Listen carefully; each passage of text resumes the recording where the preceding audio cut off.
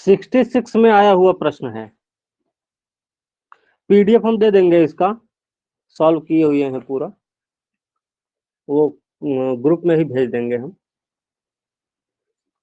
ठीक है। लेकिन यहाँ पे थोड़ा सा उसको समझ लेते हैं, जो तरीके हैं वो तरीके क्या क्या हो सकते हैं उसके, उसको सॉल्व करने का सबसे सिंपल तरीका क्या है। और देखो क्या है कि आर एस अग्रवाल, बहुत लोग बोलते हैं कि आर एस अग्रवाल पढ़ लीजिए, इसका पढ़िए, उसका पढ़िए। देखो क्या है, एक चैप्टर पढ़ने के लिए अगर आपको पूरी किताब खरीदनी पड़े तो हमें नहीं लगता कि वो बुद्धिमानी है। एक चैप्टर आप कैसे भी करके पढ़ सकते हैं, ठीक है। बात 70 नंबर की है करीब, ठीक है ना। चलिए, तो जो पहला प्रश्न है, 1 मिनट, इसका पेपर कहाँ से मिलेगा।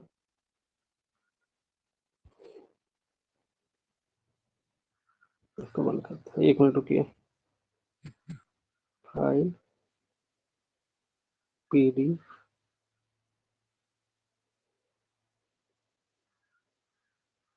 ये है सवाल।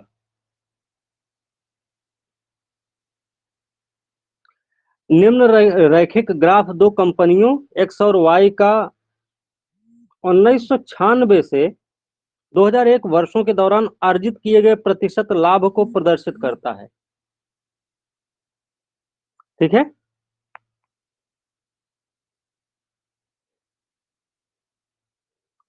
ग्राफ का अध्ययन कर इस पर आधारित प्रश्नों के उत्तर दीजिए। इसमें ये देखिए 66 का है ये, ठीक है। अब इसमें देखेंगे प्रतिशत लाभ दिया गया है, आय व्यय, प्रतिशत लाभ क्या, हानि क्या होता है, आय माइनस व्यय गुणे 100 बटा व्यय, ऐसे होता है, फार्मूला है इसका। एक्स का जो लाइन है वो ये है और वाई वाला ये है, इसमें दिखाया गया है सीधे सीधे। थोड़ा ध्यान से देखना, क्योंकि कई बार हम क्या करते हैं, ये वाली लाइन समझने में गलती कर देते हैं और उत्तर हमारा गलत हो जाता है। सारा तरीका हम सही अपनाते हैं, लेकिन आंसर गलत होने की वजह से हमारा नंबर खत्म हो जाता है वहां पे। पहला प्रश्न है, यदि 1997 में वाई कंपनी का व्यय 220 करोड़ रुपए था, तो 1997 में उसकी आय कितनी थी, ठीक है।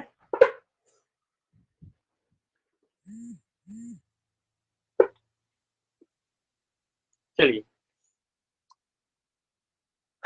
तो इसकी आय जो देखेंगे हम, वो कैसे देखेंगे।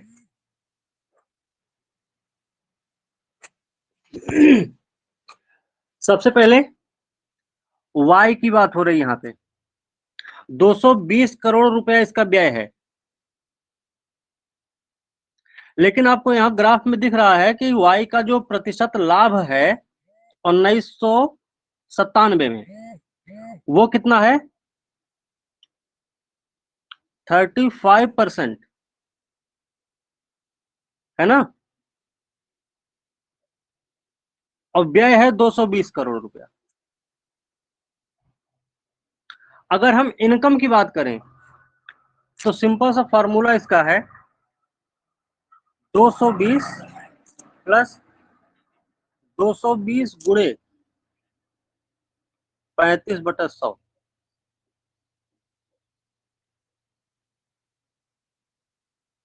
यही तो है फॉर्मूला इसका।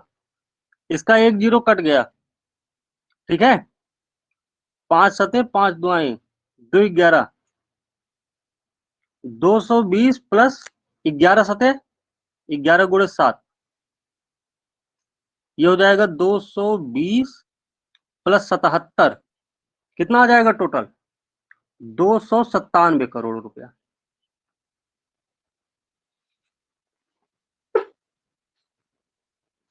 ठीक है, जो सॉल्व किए हैं उसको उसी तरीके से किए जैसे एग्जाम में करना चाहिए, ठीक है। वो हम पीडीएफ दे देंगे आपको। ये तो आपका पहला सवाल हो गया, इसमें कोई दिक्कत है किसी को, राहुल, आर्यन, रूपा,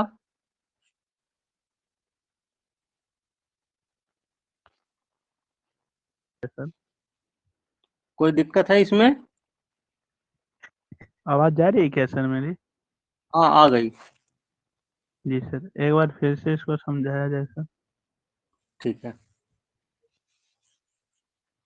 इसमें आप पूरा ग्राफ देख रहे हैं अच्छे से। इसमें दिया गया, पूरा बता दिया गया है कि प्रतिशत लाभ कितना है, कौन से साल में कितना है, और किसका कितना है। और प्रश्न के हिसाब से पूछा गया है कि उसका व्यय इतना है या उसका इनकम इतना है। इस तरीके से पूछा भी गया है। जैसे पहला प्रश्न है, यदि 1997 में वाई कंपनी का व्यय है 220 करोड़ रुपया, तो उसकी इनकम कितनी होगी। सिंपल सा इनकम पूछ रहा है और प्रतिशत लाभ पता है 35%, तो सीधा सा हम कर देंगे 220 का 35%। जी सर। एक जीरो। हम्म हम्म। ठीक है, एक जीरो दोनों कट गया। इसको 5 से डिवाइड किए, 5 सत्ते 35, ये हो गया 5 दूनी 10। इसको 2 11 हो गया। कितना हो गया? 11 गुणे 7, 77। 77 करोड़ लाभ हुआ इसका। तो व्यय कितना है? 220 करोड़। तो 220 प्लस 77 टोटल हो जाएगा 297 करोड़ रुपया। जी सर। ठीक है, जी जी। ऐसे ही दूसरे प्रश्न पे चलते हैं।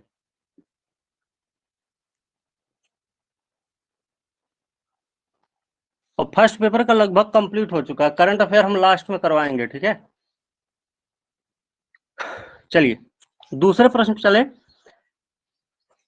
यदि 1997 में दोनों कंपनियों की आय बराबर थी, इनकम बराबर होने की बात हो रही है यहां पे, तो 97 में एक्स कंपनी का वाई कंपनी के सापेक्ष व्यय का अनुपात कितना था।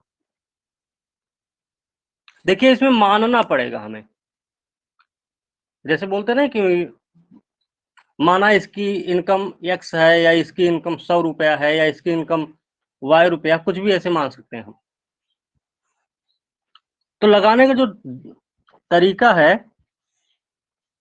और यहाँ पे आपको प्रतिशत लाभ शब्द सबके दिख रहे हैं दोनों के। हम मान लेते हैं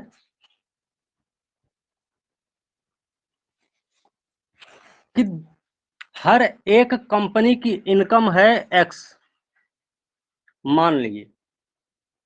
और ग्राफ में आपको क्या दिख रहा है? 1997 की बात है ये, 35 और 45%। एक्स का लाभ है 45%, वाई का लाभ है 35%।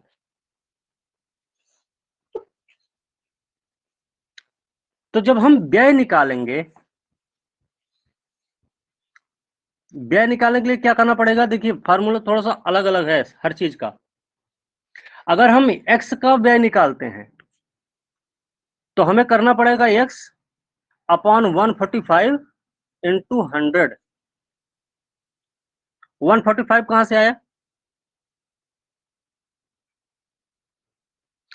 क्योंकि 100 रुपया पूरा है, 100 में 45 का ये फायदा कमा रहा है। वाई का क्या हो जाएगा फिर? एक्स बटे 135 गुणे 100। यहां तक कोई दिक्कत? थोड़ा मैसेज करते रहिए, बोलते रहिए थोड़ा। नहीं सर। अब यहां अगर दिक्कत नहीं है तो हम कैसे इसको सॉल्व करेंगे?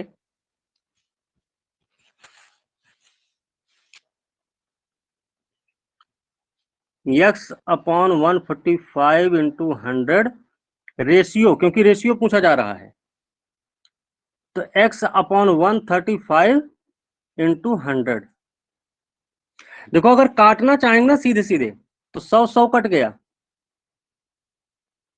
एक्स को हम क्या कर दिए?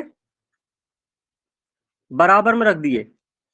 135 ऊपर चला जाएगा और नीचे आ जाएगा 145। 5 से काट देते हैं सबको, दोनों कट जाएंगे।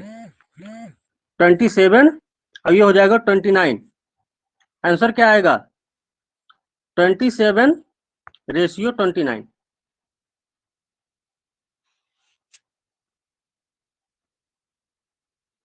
समझ गए? काटने का तरीका दूसरा बताएं? जी सर बताइए।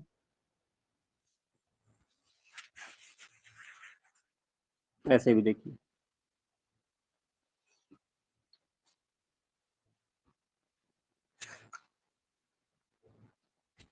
ये कितना है? 100x बटे 145 अनुपाते है 100x बटा 135। यक्स को कॉमन कर देते हैं हम, तो यक्स बराबर क्या हो जाएगा? 100,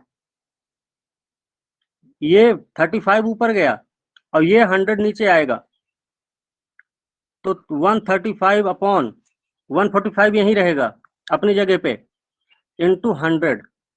100 खत्म, इनको काट देंगे हम। 5 से कटे, 3 से कटे, 9 से कटे, 15 से कटे, 25 से कटे, 35 से कटे, जिससे कटे काटिए उसको। ठीक है, फिलहाल ये दोनों 5 से कट जाएंगे, तो कितना आ जाएगा कटने के बाद? 27 अपॉन 29।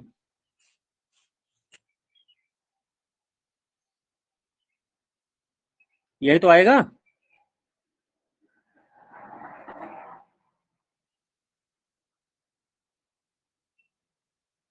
डाउट है?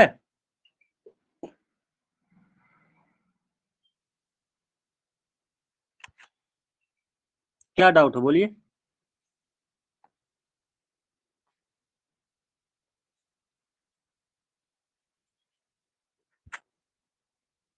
अच्छा करेक्ट है, तब ठीक है। कोई डाउट है भाई? आर्यन, शंभू,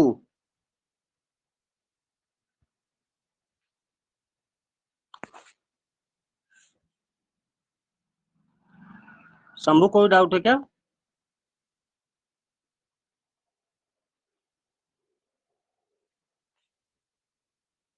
ठीक है, ये हो गया आपका दूसरा प्रश्न।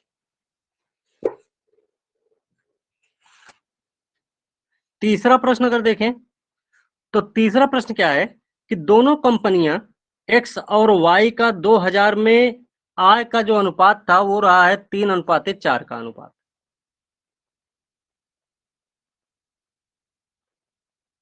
इनकम है,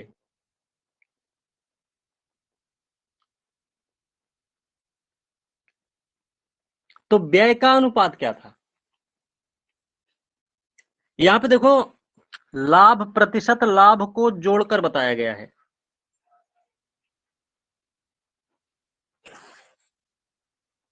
अगर मान लिया जाए तो x का कितना हो जाएगा 3x और y का हो जाएगा 4y, यही हो जाएगा ना।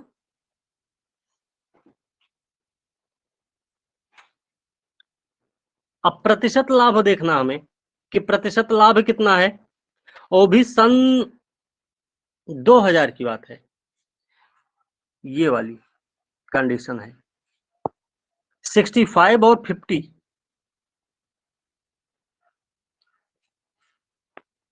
तो कैसे करेंगे इसको? 3x वही 100 प्लस 65, सीधे कर देंगे 165 इंटू 100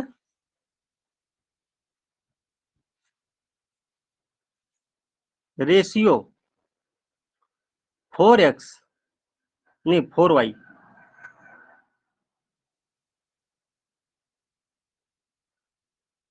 नहीं x ही मानेंगे, ठीक है, दोनों की इनकम जो है x ही मानेंगे। 4x अपॉन 150 इंटू 100, काटने का सेम पैटर्न है इसका भी। कैसे कटेगा? 100 खत्म,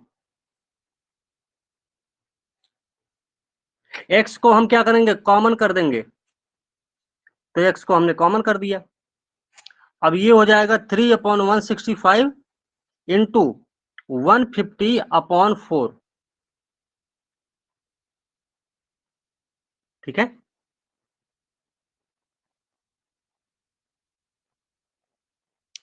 काट देते हैं फिर से।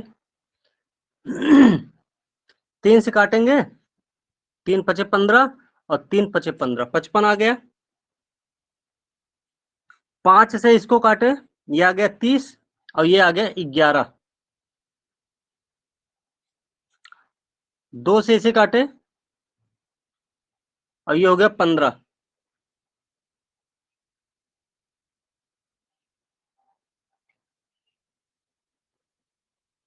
ठीक है,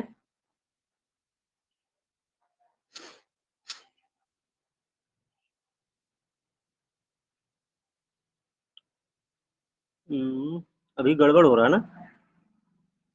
3, ये हो गया 3 पचे 15 116, 3 पचे 15 116, ये हो गया।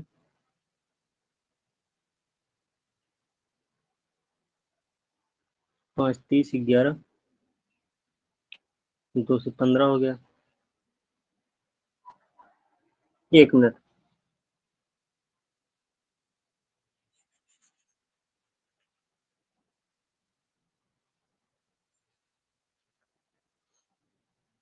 3/165 गुणे 150/4।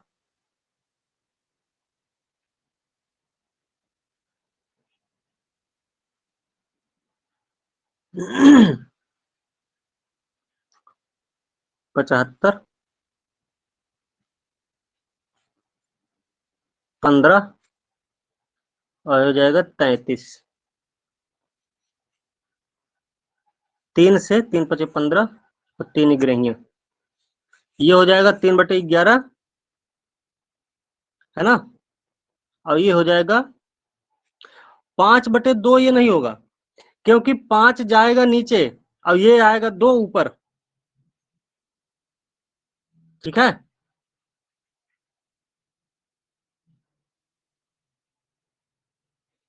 तो तो कितना आएगा? 3/11 अनुपाते 2/5। इनका इनका गुणा कर देंगे, तो 3 पचे 15 बटे हो जाएगा 11 2 22, 15/22 आ जाएगा यहाँ पे। ठीक है, तो इसका सही क्या हो जाएगा? 15/22। ठीक है,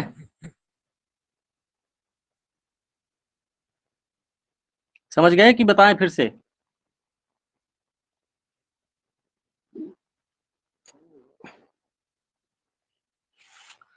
फिर से बताएं भाई, मैसेज तो कर दिया करिए। समझ, फिर से बता दें? चलिए, देखो क्या है ना, कई बार ऐसी दिली इच्छा होती है कि वीडियो देख के सर ज्यादा समझ में आता है। तो वीडियो देखो क्या है, वीडियो में हमारा चेहरा दिखेगा। ठीक है, और चेहरा देख के पढ़ाई नहीं होती, पढ़ाई करी जाती है सिर्फ पॉइंट देख के, टॉपिक देख के। ठीक है, ये वाली गलतफहमी बहुतों के पास है, थोड़ा सा इस पे ध्यान रखिएगा। तीसरा नंबर प्रश्न था ना ये वाला, इस वाले में हम मान लिए थे कि मान लीजिए इनकी जो इनकम है वो है x रुपए। अगर x रुपया है तो x वाले का कितना हो जाएगा? 3x। y वाले का कितना हो जाएगा? 4x। यहां तक समझ में आ गया? अब ग्राफ में आप देख रहे हैं सन 2000 में दोनों का फायदा कितना रहा है। x वाले का है 65% और y वाले का है 50%।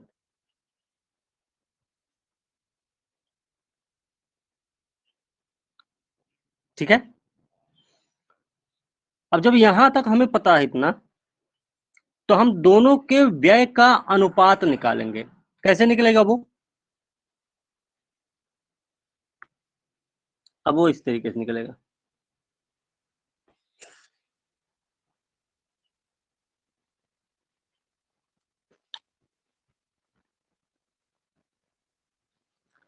3x अपॉन, क्योंकि x वाले का है 65%, तो 165 into 100 ratio 4x upon 150 into 100। काटने का सिंपल तरीका है, ऐसे सीधे सीधे कट कर दीजिए इनको। x को यहां पे हम ले लिए कॉमन, तो 3 अपॉन 165 इंटू 150 अपॉन 4 कट करेंगे 30, 5 से काट दिए, और ये हो जाएगा 33, 2 से काट दिए, 2 दूंगा 4, और ये हो जाएगा 15, 2 15 10, 2 15 30। फिर काटेंगे 3 5 15 और 3 11 33, आ जाएगा कितना, सीधे सीधे 3/11 अनुपाते, ये क्योंकि ऊपर वाला हिस्सा है तो ये ऊपर गया और ये नीचे आएगा, 2/5 मल्टीप्लाई कर देंगे, आ जाएगा कितना, 15 अनुपाते 22। ये आपका आंसर हो जाएगा।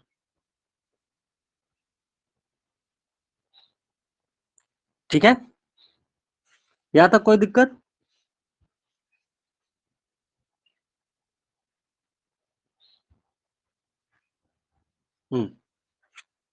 चलिए चौथा प्रश्न देखते हैं।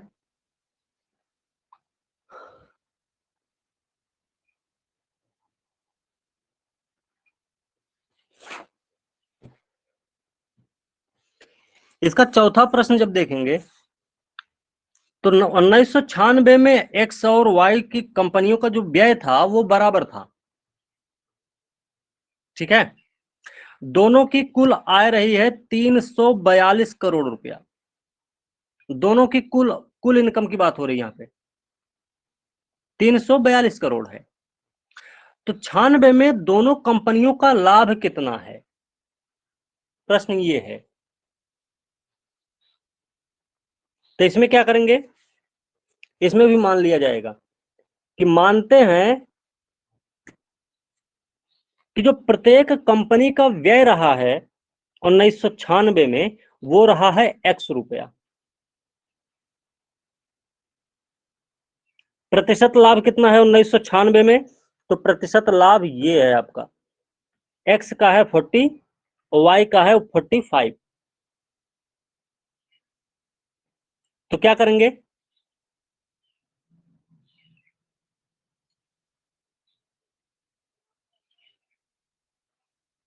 देखो क्योंकि हमें निकालना है इनकम पहले, तो जो नीचे हम पहले रख रहे थे 165, 150 या 135 या 140, उसको हमें ऊपर लेके चलना पड़ेगा।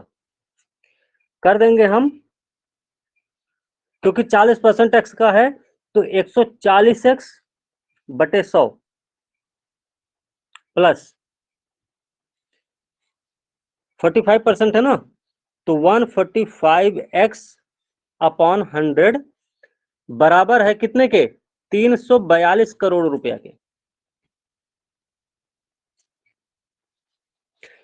एलसीएम ले लेंगे 100 का, तो कितना हो जाएगा, ये तो 100 ही हो जाएगा पूरा। ऊपर ये दोनों प्लस में चले जाएंगे, 140x प्लस 145x बराबर हो जाएगा 342 करोड़ के। 285x अपॉन 100 इक्वल टू हो जाएगा 342 करोड़। इसको जब आगे बढ़ाएंगे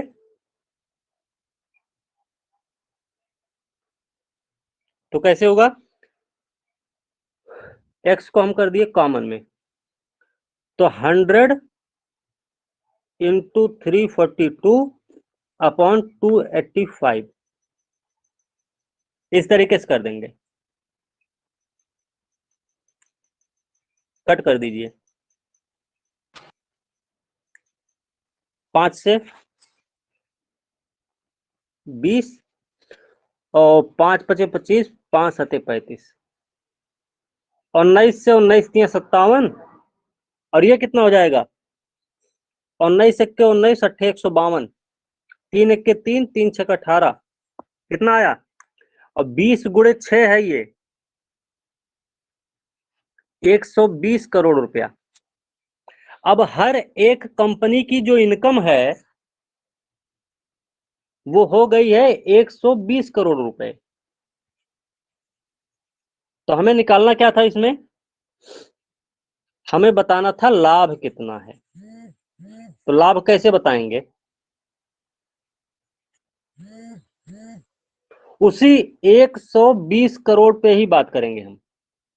उसी 120 करोड़ को ध्यान में रख के उसी पे हम लाभ प्रतिशत दोनों का निकाल लेंगे। तो जब हम एक्स वाले का निकालेंगे तो 40% है ना, तो 120 गुणे 40/100, एक एक जीरो कट गया दोनों का, 12 चौका 48, इसका हो गया लाभ कितना? 48 करोड़। और दूसरे का कितना होगा? वाई वाले का 120 गुणे 45, 45/100, एक एक जीरो खत्म, 5 9 जा और 5 2 जा, 2 6 जा, कितना हो गया? 54 करोड़।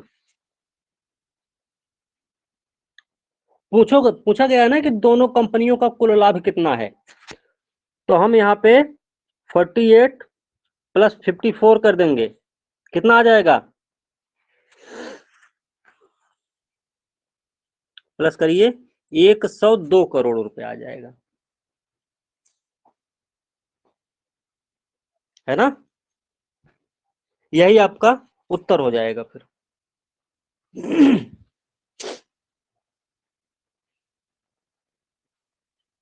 कोई दिक्कत, डाउट है भाई?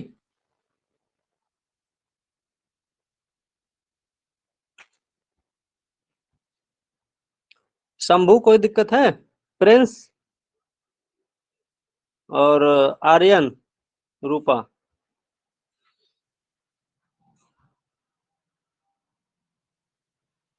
नहीं है, ठीक है। तो समझ में नहीं आया? क्या नहीं समझ में आया इसमें? भाई टोटल इनकम हमने निकाल लिया 120 करोड़,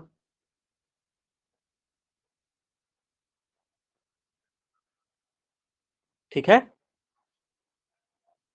इस तरीके से फिर से देखिए इसको,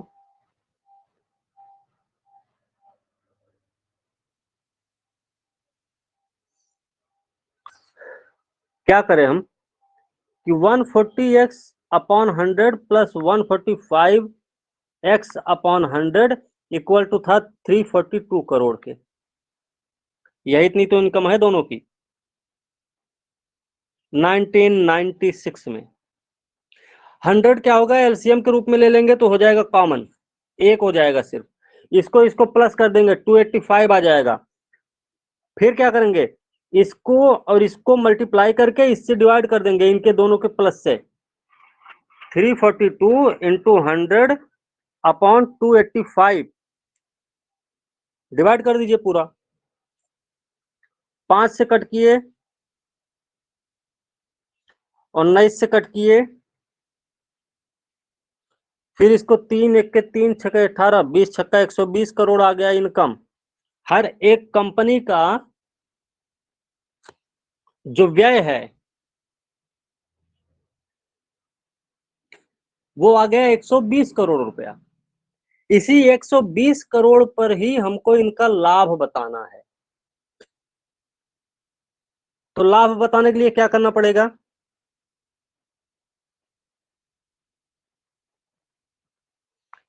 अब आपको लाभ यहाँ पे देख रहे हैं 1996 में एक्स वाले और वाई वाले का कितना कितना है? 40% है एक्स का और वाई का है 45%।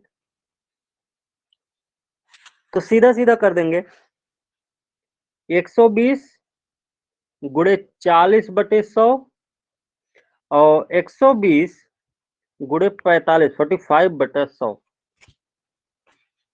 इसका एक एक जीरो कटा, इसका एक जीरो, इसका एक जीरो कट गया, ये हो जाएगा 48 करोड़। और ये कितना हो जाएगा? 5 2 जा 10, 5 9 जा 45, 2 6 जा 12, ये हो जाएगा 54 करोड़। इन दोनों को प्लस कर देंगे, टोटल आ जाएगा 102 करोड़। यही आपका आंसर होगा, बस यही है, सिंपल सा।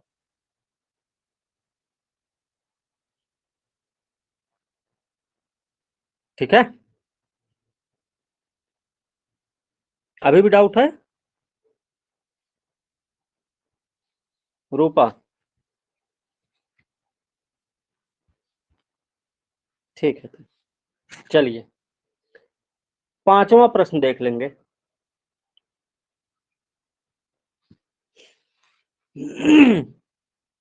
पांचवा प्रश्न है कि 1998 में एक्स कंपनी का व्यय है 200 करोड़। 98 में जो एक्स कंपनी की आय रही, उसके 2001 में जो व्यय किया गया था उसी के बराबर है। तो 2001 में एक्स कंपनी की इनकम क्या थी?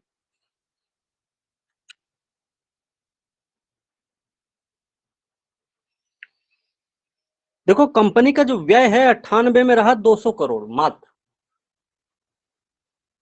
लेकिन यहां पे घुमा रहा है कि एक्स कंपनी की जो 98 में आय थी वो 2001 में व्यय के बराबर थी। व्यय आपको पता है कि 98 में था 200 करोड़ रुपया, तो 98 में एक्स कंपनी का लाभ कितना है हमें पता होना चाहिए। 98 में एक्स कंपनी का लाभ है 55%। तो 200 करोड़ का हम अगर 55% निकालेंगे तो आपको मिल जाएगा ना कि 98 में कंपनी की इनकम कितनी थी। तो कर देते हैं उसको, 200 गुणे 55/100। इसको इसको काट दिए, 2 जीरो कट गए, 55 दुआएं कितना हुआ 110। 110 करोड़ प्लस 200 करोड़ खर्चा कितना हो जाएगा 310 करोड़। ये 310 करोड़ रुपया 98 में है कंपनी की इनकम। मतलब यही 310 करोड़ रुपया जो है यही 2001 में खर्चा हुआ है इसका।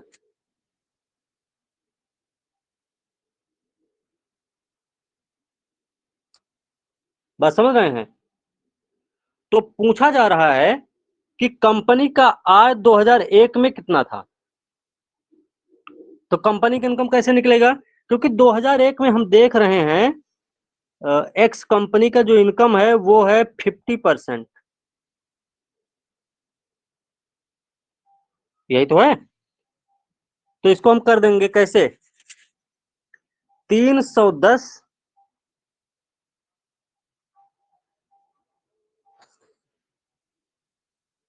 310 गुणे 50 बटे 100। इसको इसको कट कर दिए, दोनों जीरो खत्म, मल्टीप्लाई करेंगे, 5 1 जा 5 और 5 3 जा 15, 155 करोड़।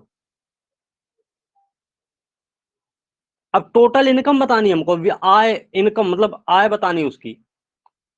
तो आय तो तभी होगी ना जब व्यय और लाभ को जोड़ेंगे, तभी ना इनकम पता चलेगा टोटल। तो क्या करेंगे, 310 को 155 से प्लस कर देंगे, कितना आ जाएगा 465 करोड़ रुपया।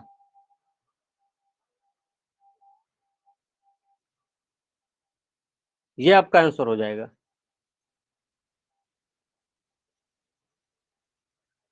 कोई दिक्कत?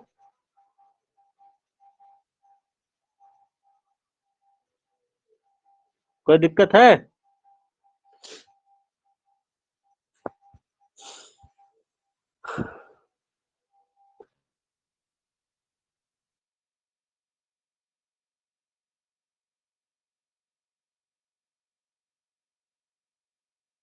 ठीक है तब।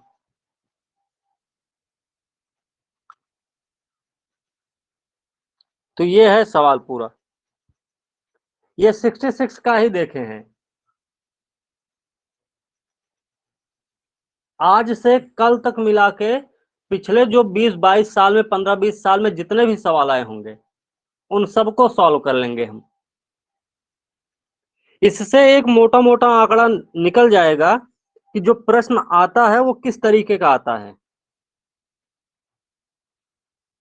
ठीक है, कल तक ये सब पूरा खत्म कर देंगे और फिर उसके बाद थोड़ा सा प्रैक्टिस कर लेंगे। ठीक है भाई।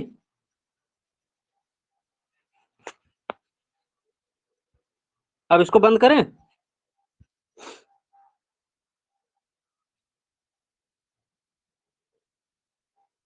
इसको बंद करके ना कुछ टॉपिक हैं उनको डिस्कस कर लेते हैं थोड़ा सा, और उनका नोट्स दे देंगे आज।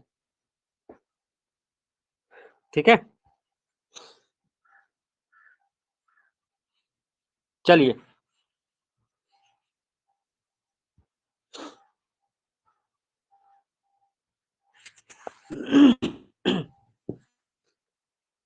ऐसे एक प्रश्न है, आप लोगों ने हो सकता है देखा भी हो।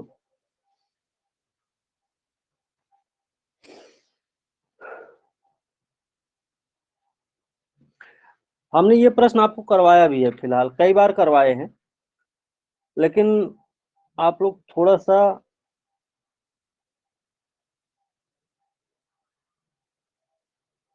रविन्द्रनाथ टैगोर में कोई ऐसा डाउट हो तो बताइए आप लोग।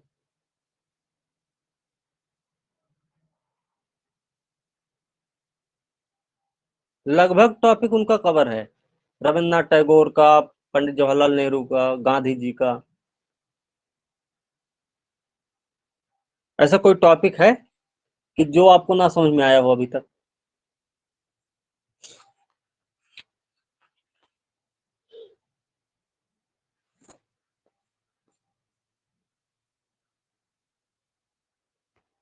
टैगोर पर नोट्स तो दिए हैं भाई, ग्रुप में ही देखिए, ग्रुप में है, नोट्स दिया गया है। ठीक है, अभी जो नहीं दिया गया होगा वो मिल जाएगा आपको आज।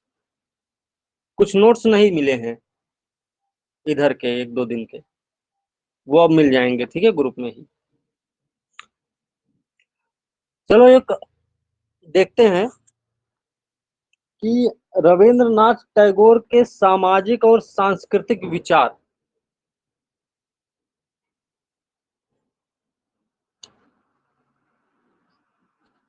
उनका नोट्स तो दे दिए हैं, उनका नोट्स दे दिए हैं। ठीक है,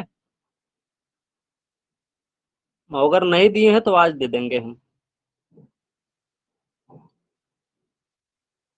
चलिए, रविंद्रनाथ टैगोर के सामाजिक और सांस्कृतिक विचार किस पर आधारित हैं? इनके सामाजिक और सांस्कृतिक विचार, तो ध्यान ये रखिए कि इनका जो सामाजिक और सांस्कृतिक विचार है वो समानता, पढ़ाए हैं पहले भी, स्वतंत्रता और विश्व बंधुत्व पर आधारित है।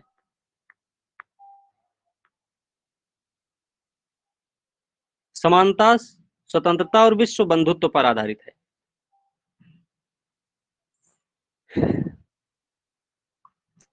इनका मानना है कि प्रत्येक जो मनुष्य है वो ईश्वर के द्वारा बनाया गया है और हर एक व्यक्ति में जो आत्मा है वो ईश्वर का ही अंश है। तो मतलब इनका है कि इनकी नजर में मनुष्य जो है वो समान है।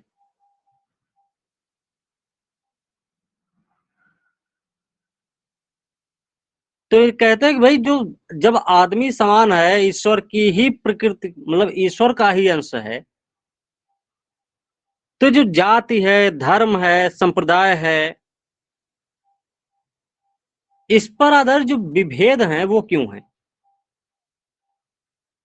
तो बताते हैं कि इसमें सबसे बड़ी भूमिका जो है वो मानव की है और कृत्रिम बनावट है। जैसे एक दर्शन है कि आदमी जब पैदा होता है तो वो बहुत स्वतंत्र होता है। 2 साल के बच्चे को देख लो, 2-4 साल तक के बच्चे को देख लो, बहुत स्वतंत्र होकर रहता है, उसको कोई दिक्कत नहीं है,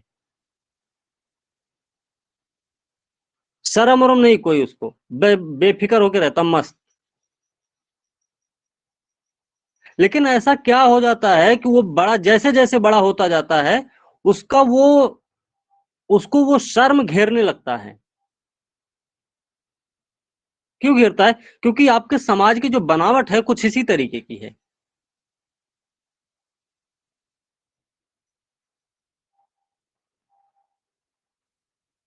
बात समझ रहे हैं?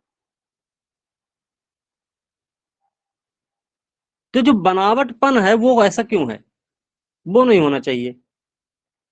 हालांकि वो ऐसे नहीं, इस तरीके से नहीं बोलते कि जैसा पैदा हो वैसा ही रहे,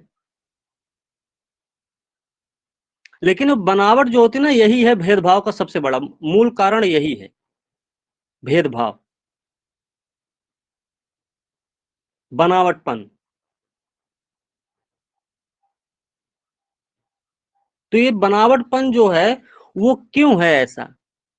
देखिए, ये अपने सामाजिक और सांस्कृतिक विचार रखते हैं। जैसे सामाजिक विचार के आधार पर ये बताते हैं कि सामाजिक समानता पर बल होना चाहिए, बल देना चाहिए, सामाजिक समानता पर बल देना चाहिए। कोई जाति वाला कुछ नहीं है, सब ये सब हटाओ, धर्म का कोई लेना देना नहीं। ऊंच नीच का क्या मतलब है? वर्ग संघर्ष जो है वो क्यों है? ब्लड एक है, कलर तो एक ही है ना? और सबकी प्रक्रिया वैसी ही है। तो फिर क्यों ऐसा है? तो कहते सामाजिक समानता पर बल देना चाहिए। तो सामाजिक समानता पर जो बल देना है, वो कहते हैं कि प्रत्येक व्यक्ति की अपनी स्वतंत्र प्रतिभा होती है। ऐसा नहीं सबके विचार एक साथ एक जैसे कैसे हो सकते हैं? एक पिता के दो संतानें हैं, उन दोनों के विचार तो एक साथ हो नहीं सकते एक तरीके के। तो पूरे समाज का जो विचार है वो कैसे एक हो जाएगा?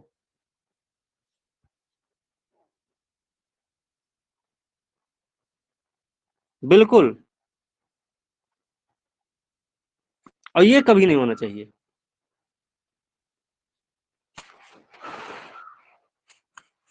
ठीक है। तो एक पिता की जब दो संतानें होने के बाद भी उनके विचार आपस में मैच नहीं करते हैं, तो ये कैसे संभव हो जाए? भाई, आपके हाथ में 5 अंगुलियां हैं, जब वो पांचों अंगुलियां आपकी बराबर नहीं है, तो कैसे संभव है कि आपका जो पड़ोसी है वो आपके विचार से तालमेल खा लेगा?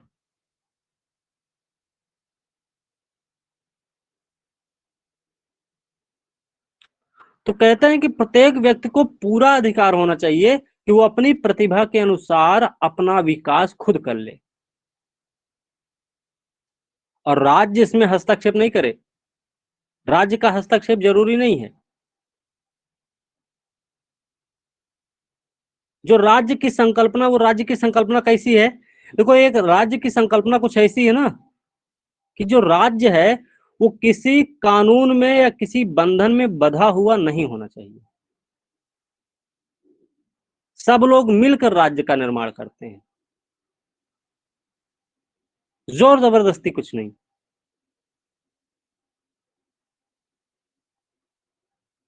प्रेम, नैतिकता, विश्वास, सहयोग, इन सब पर बल देते हैं। कहते हैं कि इससे समाज का मतलब स्वस्थ समाज का निर्माण इन्हीं चीजों से होगा। व्यक्ति की गरिमा का सम्मान करना चाहिए, मानवतावाद होना चाहिए, कमजोर वर्गों के उत्थान की बात करनी चाहिए, लैंगिक समानता के आधार पर सामाजिक विभेद को खत्म करना चाहिए। आज भी समय समाज में विद्यमान है, महिला और पुरुष के रूप में,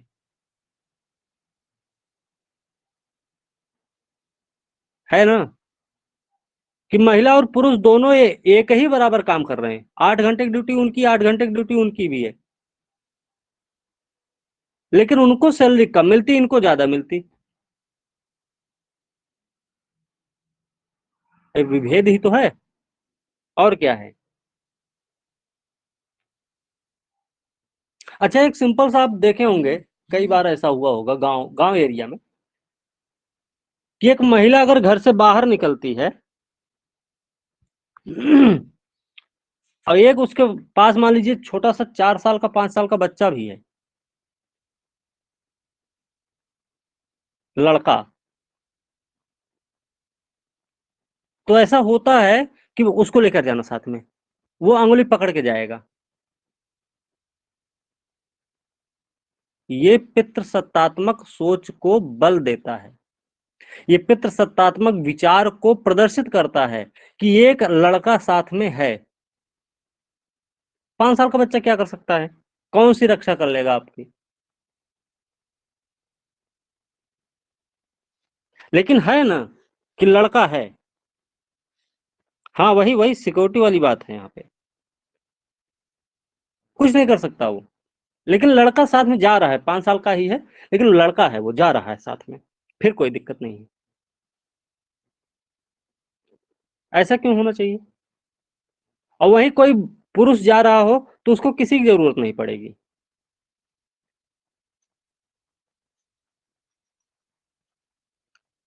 देखो, भेदभाव के विरोधी भी हैं, समानता तो ठीक है, भेदभाव के भी बहुत बड़े विरोधी हैं। और भेदभाव के रूप में सबसे बड़ी बात करते हैं कि हिंदू मुस्लिम एकता होनी चाहिए, हिंदू मुस्लिम एकता के पक्षधर हैं ये। हो सकता है इनके विचार उस समय के हिसाब से मैच कर रहे हैं, क्योंकि उस समय भारत में दो बड़े धर्म संप्रदाय वाले लोग रहते, बहुत बड़े धर्म के, मतलब दो बड़ी जनसंख्या वाले लोग थे, हिंदू और मुस्लिम।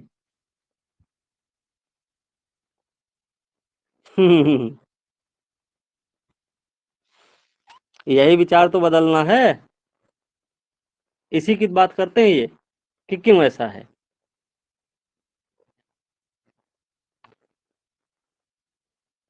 तो भेदभाव कई तरीके का बोलते हैं कि एक तो वर्ग वाला भी भेदभाव नहीं होना चाहिए, ऊंच नीच। दूसरा, जाति वाला नहीं होना चाहिए। तीसरा, लैंगिक वाला भेदभाव नहीं होना चाहिए। चौथा, धर्म वाला भेदभाव नहीं होना चाहिए।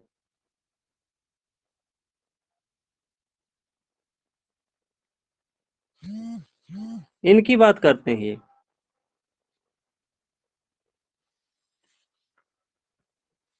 ठीक है,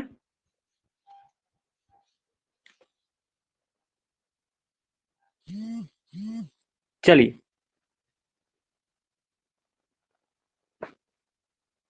ये पूर्वी और पश्चिमी सभ्यता के समागम पर बल देते हैं। ये जो पूर्वी और पश्चिमी सभ्यता के समागम पर बल देने का काम है, इनका मानना यह है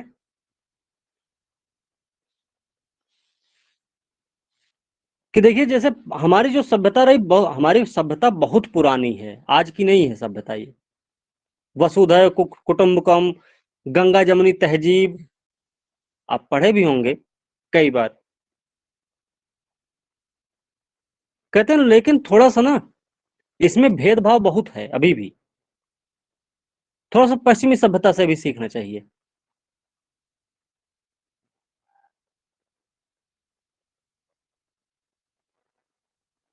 ठीक है, वो कहते हैं जो उन्होंने एक विद्यालय बनाया था, स्थापित किया था, विश्व भारती विश्वविद्यालय, इसका जिक्र हम कर रखे हैं पहले भी। वो उसके माध्यम से पश्चिम के वैज्ञानिक दृष्टिकोण को ग्रहण करने के पक्षधर हैं। वो ऐसा बताते हैं कि कहते हैं कि प्रत्येक लेखक जो दार्शनिक कलाकार है, इन सब के काम और विचार जो है ना, उस पूरे विश्व के लिए होने चाहिए, इनका ऐसा मानना है।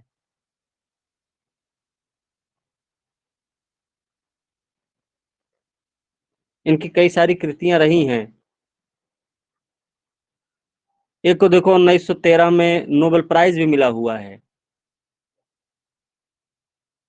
तो कुछ तो ऐसा रहा होगा विश्व का, मतलब नोबेल पुरस्कार उसको, उस रचना को मिला हुआ है, तो कुछ तो खास रहा होगा उसमें। ऐसा नहीं है कि कुछ, अच्छा खासा था वो। हाँ, 1913, गीतांजलि, गीतांजलि, गीतांजलि नाम है। जी, EETANJALI। फिर शिक्षा में सुधार पर बल देते हैं।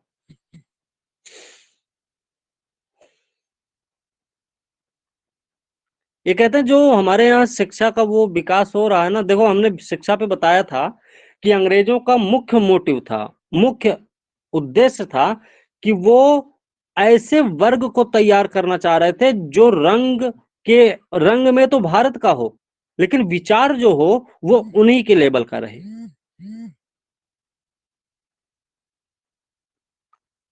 ठीक है, वो कहते हैं ये इसलिए शिक्षा को बढ़ावा दे रहे थे क्योंकि इनको भारत में अपनी स्थिरता को सुनिश्चित करना था। वो इसलिए भारत में शिक्षा को बढ़ावा दे रहे थे क्योंकि उनको अपने यहाँ के तैयार माल को भारत के बाजार में बेचना था। वो इसलिए एक ऐसा वर्ग तैयार कर रहे थे क्योंकि उनके जो इनकम का सोर्स था, सोर्स ऑफ इनकम था, वो बराबर चलता रहे। ऐसा इसलिए वो शिक्षा का प्रसार किए, इसलिए उन्होंने शिक्षा को महत्व दिया।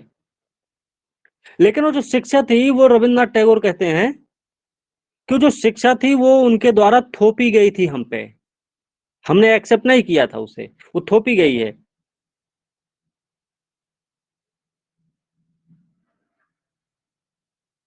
हमारे यहाँ का पहले क्या होता था, देखो अपने यहाँ गुरुकुल वाला सिस्टम होता था ना, वो जंगल में एक तो मड़ैया रखी होती थी, उसी में जाके बच्चा लोग सब पढ़ता था, मुंडन करवा लेता था पहले, सबका मुंडन होता था, बड़ा बड़ा क्या बोलते चुड़की, चुंडिया लंबी लंबी रख लेता था सब लोग, और धोती पहन पहन के सब पढ़ता था उसमें। वो कहते हैं आज का क्या समय है, बंद कमरे में पढ़ते हैं लोग।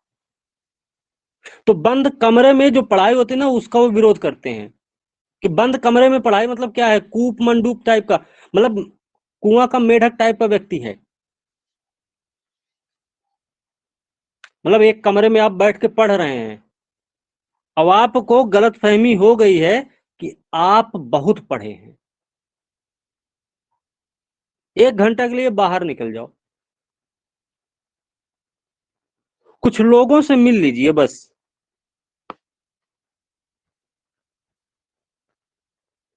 ये जो आपकी गलतफहमी ना वो दूर हो जाएगी।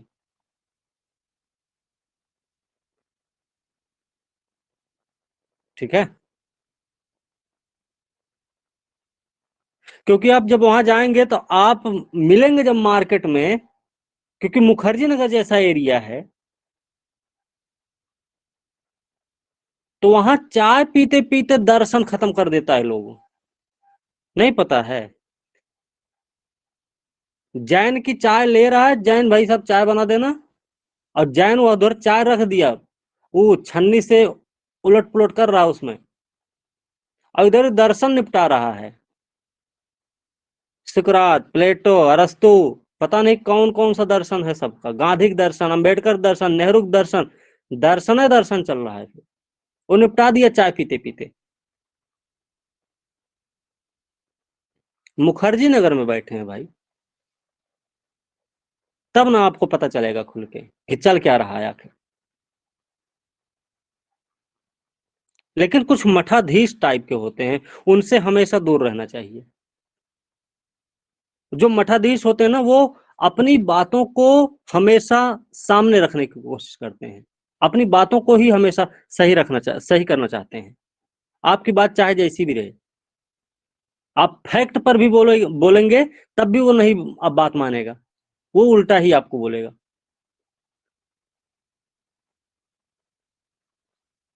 और जो सही पढ़ने वाला है ना वो सही चीजें बताएगा, हमेशा फैक्ट की बात करेगा, कभी घुमा फिरा के बात नहीं बताएगा।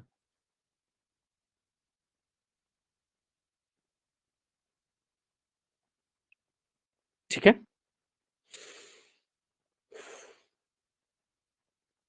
आज के समय में देख लो क्या होता है, आज के समय में फिलहाल टीचर जो है छात्र को मारता भी नहीं, मार दे तो छात्र बाहर गेट से बाहर निकल के बोलेगा अच्छा आज मारे थे ना क्लास में, आओ बताते हैं, आओ तुम्हारा साइकिल ना पंचर कर दे तो कहना, ईंटा मार देंगे तुमको आज हम।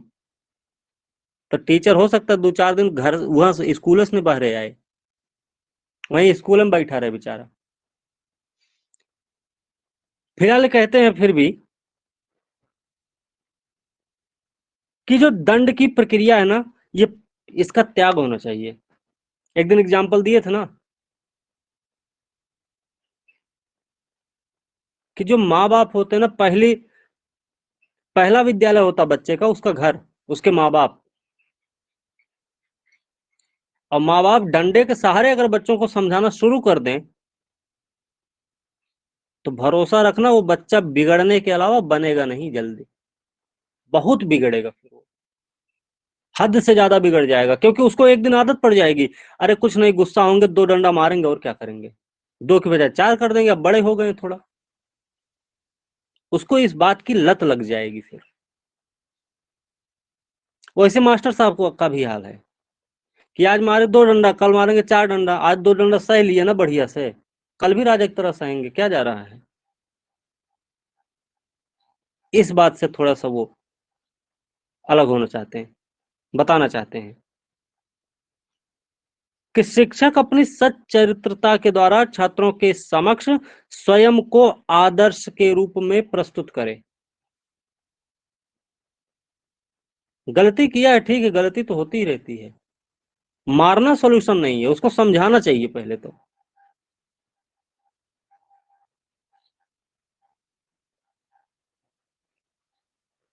तो इनके ऐसे सामाजिक विचार हैं भाई टैगोर के।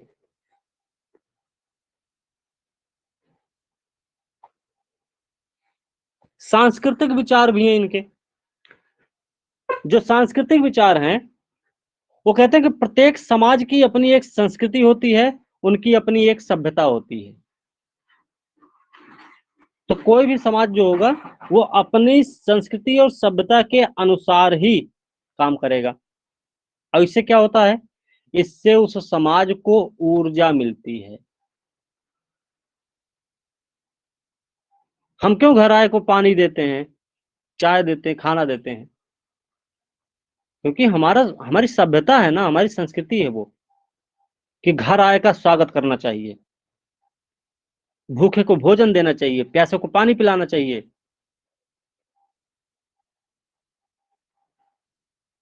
ये हमारी संस्कृति सभ्यता है ना, यही तो हमें मजबूत करती है। और यही चीज हमको वो काम करने के लिए बाध्य करती है। हम चाहे जितना किसी से वो जा रहे, नहीं आने दो, हम कुछ नहीं करेंगे, हटाओ हटाओ, आने के बाद पैर छुएंगे जरूर, दौड़ के, छोटे हैं तो पानी पूछेंगे जरूर, कुर्सी लेके दौड़ेंगे ही, खाना खा के जाना भैया, इतना भी बोलेंगे, मन चाहे जितना खतरनाक हो। तो जो संस्कृति और सभ्यता का पैमाना है ना, वो किसी भी समाज को ऊर्जा प्रदान करता है, उसको बलवती बनाता है, उसके विचारों को बलवती बनाता है वो। और यही आपके विचार ही होते हैं जो समाज में सामंजस्य स्थापित करते हैं।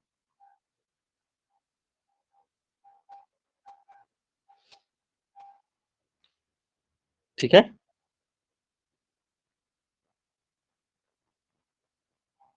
ये कहते भी हैं कि जिस समाज में ये जो आपका शोषण वाला तरीका है, कि जन समुदाय को जिस समाज में शोषित किया जाता है ना, मान के चलिए कि वो जो समाज है वो खतरनाक है, फिर वहां पे कुछ ना कुछ खतरा मंडरा रहा है। उस समाज की जो संस्कृति है, जो सभ्यता है, वो खतरे में है, ऐसा मान लेना चाहिए फिर। क्यों खतरे में है? क्योंकि इससे विभाजन हो सकता है, विखंडन हो सकता है, एकजुटता नहीं आएगी, खत्म हो जाएगी वो, ये मानते हैं। तो कहते हैं कि इसके लिए भाई देखो, मानवता बहुत जरूरी है, मानवता की समृद्धि होनी चाहिए।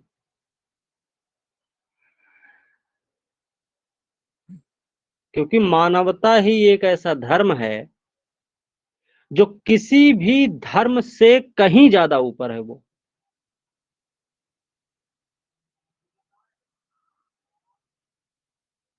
बात समझ रहे हैं ना?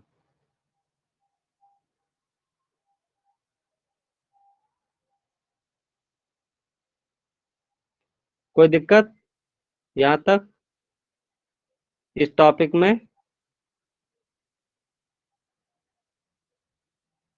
कहाँ चले गए सब?